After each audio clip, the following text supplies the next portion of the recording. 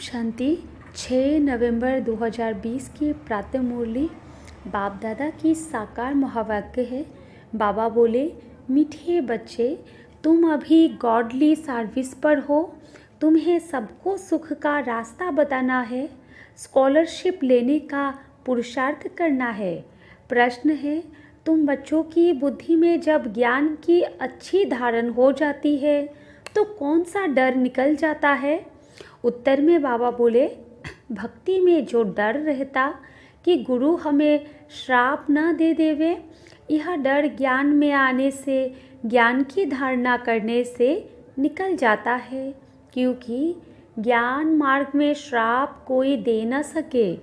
रावण श्राप देता है, बाप वर्षा देते हैं। रिद्धि सिद्धि सीखने वाले ऐसा तंग करने का, दुख देने का काम करते हैं। ज्ञान में तो तुम बच्चे सबको सुख पहुंचाते हो। ओम शांति। मीठे मीठे रूहानी बच्चों प्रति रूहानी बाप बैठ समझाते हैं, तुम सब पहले आत्मा हो, यह पक्का निश्चय रखना है। बच्चे जानते हैं हम आत्माएं परम धाम से आती है। यहाँ शरीर लेकर पाठ बजाने, आत्मा ही पाठ बजाती है। मनुष्य फिर समझते शरीर ही पाठ बजाते हैं। यह है बड़े ते बड़ी भूल, जिस कारण आत्मा को कोई जानते नहीं। इस आवागमन में हम आत्माएं आती जाती है, इस बात को भूल जाते हैं। इसलिए बाप को ही आकर आत्म अभिमानी बनाना पड़ता है। यह बात भी कोई नहीं जानते, बाप ही समझाते हैं। आत्मा कैसे पाठ बजाती है? मनुष्य के मैक्सिमम 84 जन्मों से लेकर मिनिमम है 1-2 जन्म। आत्मा को पुनर्जन्म तो लेते रहना है। इससे सिद्ध होता है बहुत जन्म लेने वाला बहुत पुनर्जन्म लेते हैं, थोड़े जन्म लेने वाला कम पुनर्जन्म लेते हैं। जैसे नाटक में कोई का शुरू से पिछाड़ी तक पार्ट होता है, कोई का थोड़ा पार्ट होता है। यह कोई मनुष्य नहीं जानते। आत्मा अपने को ही नहीं जानती तो अपने बाप को कैसे जाने? आत्मा की बात है ना, बाप है आत्माओं का। कृष्ण तो आत्माओं का बाप है नहीं। कृष्ण को निराकार तो नहीं कहेंगे, साकार में ही उनको पहचाना जाता है। आत्मा तो सबकी है, हर एक आत्मा में पार्ट तो नूंधा हुआ है। यह बातें तुम्हारे में भी नंबरवार पुरुषार्थ अनुसार है, जो समझा सकते हैं। अभी तुम बच्चे जानते हो हम आत्माओं ने 84 जन्म कैसे लिए हैं। ऐसे नहीं कि आत्मा सो परमात्मा नहीं, बाप ने समझाया है हम आत्मा पहले सो देवता बनते हैं, अभी पतित तमो प्रधान है, फिर सतो प्रधान पावन बनना है। बाप आते ही तब है जब सृष्टि पुरानी हो जाती है। बाप आकर पुरानी को नया बनाते हैं, नई सृष्टि स्थापन करते हैं। नई दुनिया में है ही आदि सनातन देवी देवता धर्म। उन्हों के लिए ही कहेंगे, पहले कलियुगी शूद्र धर्म वाले थे, अब प्रजापिता ब्रह्मा के मुख वंशावली बन ब्राह्मण बने हो। ब्राह्मण कुल में आते हो। ब्राह्मण कुल की डिनाइस्टी नहीं होती। ब्राह्मण कुल कोई राजाई नहीं करते हैं। इस समय भारत में न ब्राह्मण कुल राजाई करते हैं न शूद्र कुल राजाई करते हैं। दोनों को राजाई नहीं है। फिर भी उनका प्रजा पर प्रजा का राज्य तो चलता है। तुम ब्राह्मणों का कोई राज्य नहीं है। तुम स्टूडेंट पढ़ते हो, बाप तुमको ही समझाते हैं यह 84 का चक्र कैसे फिरता है। सतयोग त्रेता, फिर होता है संगम योग। इस संगम योग जैसी महिमा और कोई योग की है नहीं। यह है पुरुषोत्तम संगम योग। सतयोग से त्रेता में आते हैं, 2 कला कम होती है तो उनकी महिमा क्या करेंगे? गिरने की महिमा थोड़ी ही होती है। कलियुग को कहा जाता है पुरानी दुनिया। अब नई दुनिया स्थापन होनी है जहाँ देवी देवताओं का राज्य होता है। वो पुरुषोत्तम थे, फिर कला कम होते होते कनिष्ठ शूद्र बुद्धि बन जाते हैं। उनको पत्थर बुद्धि भी कहा जाता है। ऐसे पत्थर बुद्धि बन जाते हैं जो जिनकी पूजा करते हैं उनकी जीवन कहानी को भी नहीं जानते। बच्चे बाप का जीवन न जाने तो वर्षा कैसे मिले। अभी तुम बच्चे बाप के जीवन को जानते हो, उनसे तुमको वर्षा मिल रहा है। बेहद के बाप को याद करते हो।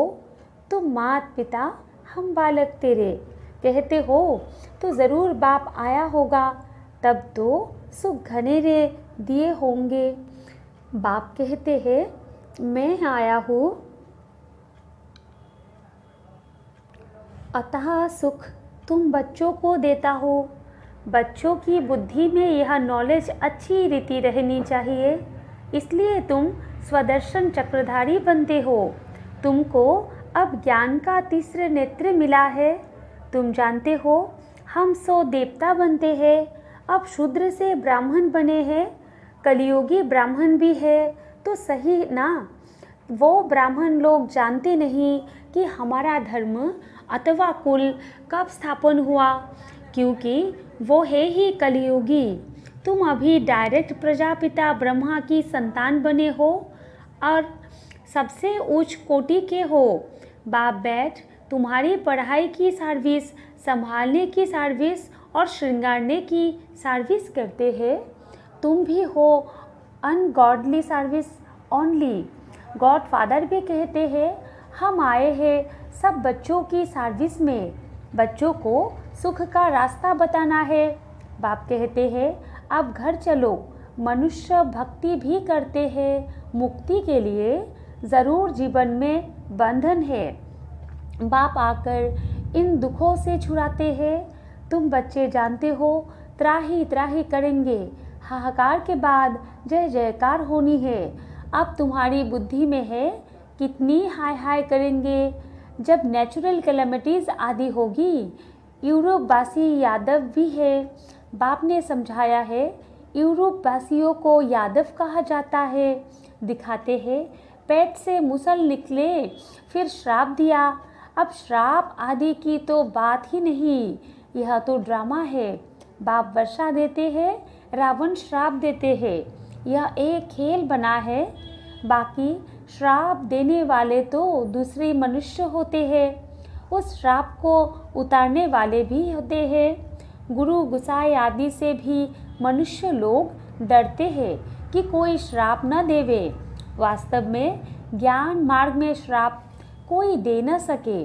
ज्ञान मार्ग और भक्ति मार्ग में श्राप की कोई बात नहीं। जो रिद्धि सिद्धि आदि सीखते हैं वो श्राप देते हैं, लोगों को बहुत दुखी कर देते हैं, पैसे भी बहुत कमाते हैं। भक्त लोग यह काम नहीं करते। बाबा ने यह भी समझाया है संगम के साथ पुरुषोत्तम अक्षर ज़रूर लिखो, त्रिमूर्ति अक्षर भी ज़रूर लिखना है और प्रजापिता अक्षर भी ज़रूरी है, क्योंकि ब्रह्मा नाम भी बहुतों के हैं। प्रजापिता अक्षर लिखेंगे तो समझेंगे साकार में प्रजापिता ठहरा। सिर्फ ब्रह्मा लिखने से सूक्ष्म वतन वाला समझ लेते हैं। ब्रह्मा विष्णु शंकर को भगवान कह देते हैं। प्रजापिता कहेंगे तो समझा सकते हो, प्रजापिता तो यहाँ है, सूक्ष्म वतन में कैसे हो सकता। विष्णु को तो दिखाते हैं ब्रह्मा की नाभि से निकला। तुम बच्चों को भी ज्ञान मिला है, नाभि आदि की कोई बात ही नहीं। ब्रह्मा सो विष्णु, विष्णु सो ब्रह्मा कैसे बनते हैं। सारे चक्र का ज्ञान तुम इन चित्रों से समझा सकते हो। बिगड़ चित्र समझाने में मेहनत लगती है। ब्रह्मा सो विष्णु, विष्णु सो ब्रह्मा बनते हैं। लक्ष्मी नारायण 84 का चक्र लगाकर फिर ब्रह्मा सरस्वती बनते हैं। बाबा ने पहले से नाम दे दिए हैं। जब भट्टी बनी तो नाम दिए, फिर कितने चले गए, इसलिए समझाया है। ब्राह्मणों की माला होती नहीं, क्योंकि ब्राह्मण है पुरुषार्थी, कभी नीचे कभी ऊपर होते रहते हैं। ग्रहचारी व्यक्ति है। बाबा तो जवाहरी था, मोतिया आदि की माला कैसे बनती है अनुभवी था। ब्राह्मणों की माला पिछाड़ी में बनती है। हम सो ब्राह्मण देवी गुण धारण कर देवता बनते हैं। फिर सीढ़ी उतरनी है, नहीं तो 84 जन्म कैसे लेंगे।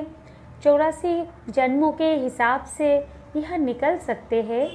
तुम्हारा आधा समय पूरा होता है, तब दूसरे धर्मों वाले ऐड होते हैं। माला बनाने में बड़ी मेहनत लगती है। बड़ी संभाल से मोतियों को टेबल पर रखा जाता है कि कहाँ हिले नहीं। फिर सुई से डाला जाता है, कहाँ ठीक न बने तो फिर माला तोड़नी पड़े। यह तो बहुत बड़ी माला है। तुम बच्चे जानते हो, हम पढ़ते हैं नई दुनिया के लिए। बाबा ने समझाया है कि स्लोगन बनाओ, हम शूद्र सो ब्राह्मण, ब्राह्मण सो देवता कैसे बनते हैं। आकर समझो, इस चक्र को जानने से तुम चक्रवर्ती राजा बनेंगे, स्वर्ग का मालिक बन जाएंगे। ऐसे स्लोगन बनाकर बच्चों को सिखलाना चाहिए।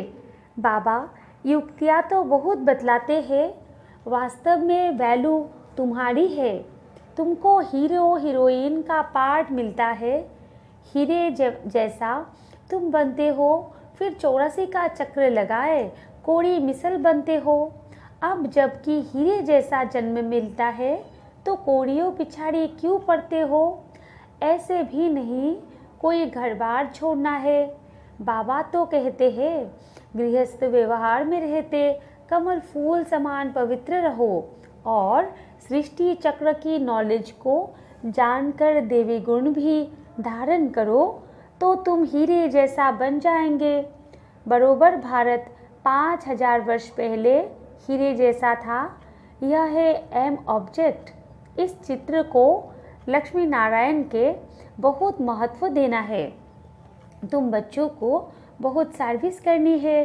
प्रदर्शनी म्यूजियम में विहंग मार्ग की सर्विस बिगड़ तुम प्रजा कैसे बनाएंगे। भल इस ज्ञान को सुनते भी है, परंतु उच्च पद कोई बिरले पाते हैं। उनके लिए ही कहा जाता है कोटों में कोई स्कॉलरशिप भी कोई लेते हैं ना। 40-50 बच्चे स्कूल में होते हैं, उनसे कोई एक स्कॉलरशिप लेता है। कोई थोड़ा प्लेस में आ जाता है तो उनको भी देते हैं। यह भी ऐसे है, प्लेस में बहुत है, 8 दाने हैं, 100 भी नंबरवार है ना। वो पहले पहले राज गद्दी पर बैठेंगे, फिर कला कम होती जाएगी। लक्ष्मी नारायण का चित्र है नंबर 1। उनकी भी डिनाइस्टी चलती है, परंतु चित्र लक्ष्मी नारायण का ही दिया हुआ है। यहाँ तुम जानते हो चित्र तो बदलते जाते हैं। चित्र देने से क्या फ़ायदा, नाम रूप देश काल सब बदल जाता है। मीठे मीठे रूहानी बच्चों को रूहानी बाप बैठ समझाते हैं। कल्प पहले भी बाप ने समझाया था। ऐसे नहीं कृष्ण ने गोप गोपियों को सुनाया। कृष्ण के गोप गोपियाँ होते नहीं, न उनको ज्ञान सिखाया जाता है। वो तो है सतयुग का प्रिंस। वहाँ कैसे राजयुग सिखाएंगे, वह पतित को पावन बनाएंगे। अब तुम अपने बाप को याद करो। बाप फिर टीचर भी है। टीचर को स्टूडेंट कभी भूल ना सके, बाप को बच्चे भूल ना सके, गुरु को भी भूल ना सके। बाप तो जन्म से ही होता है। टीचर 5 वर्ष बाद मिलता है, फिर गुरु वानप्रस्थ में मिलता है। जन्म से ही गुरु करने का तो कोई फ़ायदा नहीं है। गुरु की गोद लेकर भी दूसरे दिन मर जाते हैं। फिर गुरु क्या करते हैं, गाते भी है सदगुरु बिगर गति नहीं। सदगुरु को छोड़ वो फिर गुरु कह देते। गुरु तो ढेर है। बाबा कहते हैं बच्चे, तुम्हें कोई देहदारी गुरु आदि करने की दरकार नहीं है। तुम्हें किसी से भी कुछ मांगना नहीं है। कहा भी जाता है मांगने से मरना भला। सबको चिंता रहती है हम कैसे अपने पैसे ट्रांसफ़र करें दूसरे जन्म के लिए। वो ईश्वर अर्थ दान पुण्य करते हैं तो उसका रिटर्न इस ही पुरानी सृष्टि में अल्पकाल के लिए मिलता है। यहाँ तुम्हारा ट्रांसफ़र होता है नई दुनिया में और 21 जन्मों के लिए तन मन धन प्रभु के आगे अर्पण करना है। सो तो जब आए तब अर्पण करेंगे ना। प्रभु को कोई जानते ही नहीं तो गुरु को पकड़ लेते हैं। धन आदि गुरु के आगे अर्पण कर देते हैं। वारिस नहीं होता है तो सब गुरु को दे देते हैं। आजकल कायदे अनुसार ईश्वर अर्थ भी कोई देते नहीं है। बाप समझाते हैं मैं गरीब निवाज हूँ इसलिए मैं आता ही भारत में हूँ। तुमको आकर विश्व का मालिक बनाता हूँ। डायरेक्ट और इनडायरेक्ट में कितना फ़र्क है वो जानते कुछ भी नहीं। सिर्फ कह देते हैं हम ईश्वर अर्पण करते हैं। है सब बेसमझी। तुम बच्चों को अब समझ मिलती है तो तुम बेसमझ से समझदार बने हो। बुद्धि में ज्ञान है। बाप तो कमाल करते हैं। ज़रूर बेहद के बाप से बेहद का वर्षा ही मिलना चाहिए। बाप से तुम वर्षा लेते हो सिर्फ दादा द्वारा। दादा भी उनसे वर्षा ले रहे हैं। वर्षा देने वाला एक ही है उनको ही याद करना है। बाप कहते हैं बच्चे मैं इनके बहुत जन्मों के अंत में आता हूँ। इनमें प्रवेश कर इनको भी पावन बनाता हूँ जो फिर यह फरिश्ता बन जाते हैं। बेच पर तुम बहुत सर्विस कर सकते हो। तुम्हारा यह सब है अर्थ सहित बेजेस। यह तो जियदान देने वाला चित्र है। इनकी वैल्यू का किसको भी पता नहीं है और बाबा को हमेशा बड़ी चीज़ पसंद आती है जो कोई भी दूर से पढ़ सके। अच्छा मीठे मीठे सिकिला दे बच्चों प्रति माता पिता बाप दादा का याद प्यार और गुड मॉर्निंग। रूहानी बाप की रूहानी बच्चों को नमस्ते। धारणा के लिए मुख्य सार और हम रूहानी बच्चों की रूहानी माता पिता बाप दादा को भी याद प्यार गुड मॉर्निंग और नमस्ते नमस्ते नमस्ते। धारणा के लिए मुख्य सार 1 नंबर पॉइंट है बाप से बेहद का वर्षा लेने के लिए डायरेक्ट अपना तन मन धन ईश्वर के आगे अर्पण करने में समझदार बनना है। अपना सब कुछ 21 जन्मों के लिए ट्रांसफ़र कर लेना है। 2 नंबर पॉइंट है जैसे बाप पढ़ाने की संभालने की और श्रृंगारने की सर्विस करते हैं ऐसे बाप समान सर्विस करनी है। जीवन बंध से निकाल सबको जीवन मुक्ति में ले जाना है। वरदान है सर्व खजानों की इकोनॉमी का बजट बनाने वाले महीन पुरुषार्थी भव। विस्तार है जैसे लौकिक रीति में यदि इकोनॉमी वाला घर न हो तो ठीक रीति से नहीं चल सकता। ऐसे यदि निमित्त बने हुए बच्चे इकोनॉमी वाले नहीं है तो सेंटर ठीक नहीं चलता। वो हुई हद की प्रवृत्ति, यह है बेहद की प्रवृत्ति। तो चेक करना चाहिए कि संकल्प बोल और शक्तियों में क्या क्या एक्स्ट्रा खर्चा है क्या जो सर्व खजानों की इकोनॉमी का बजट बनाकर उसी अनुसार चलते हैं उन्हें ही महीन पुरुषार्थी कहा जाता है। उनके संकल्प बोल कर्म व ज्ञान की शक्तियाँ कुछ भी व्यर्थ नहीं जा सकती। स्लोगन है स्नेह के खजाने से मालामाल बन सबको स्नेह दो और स्नेह लो। अच्छा ओम शांति।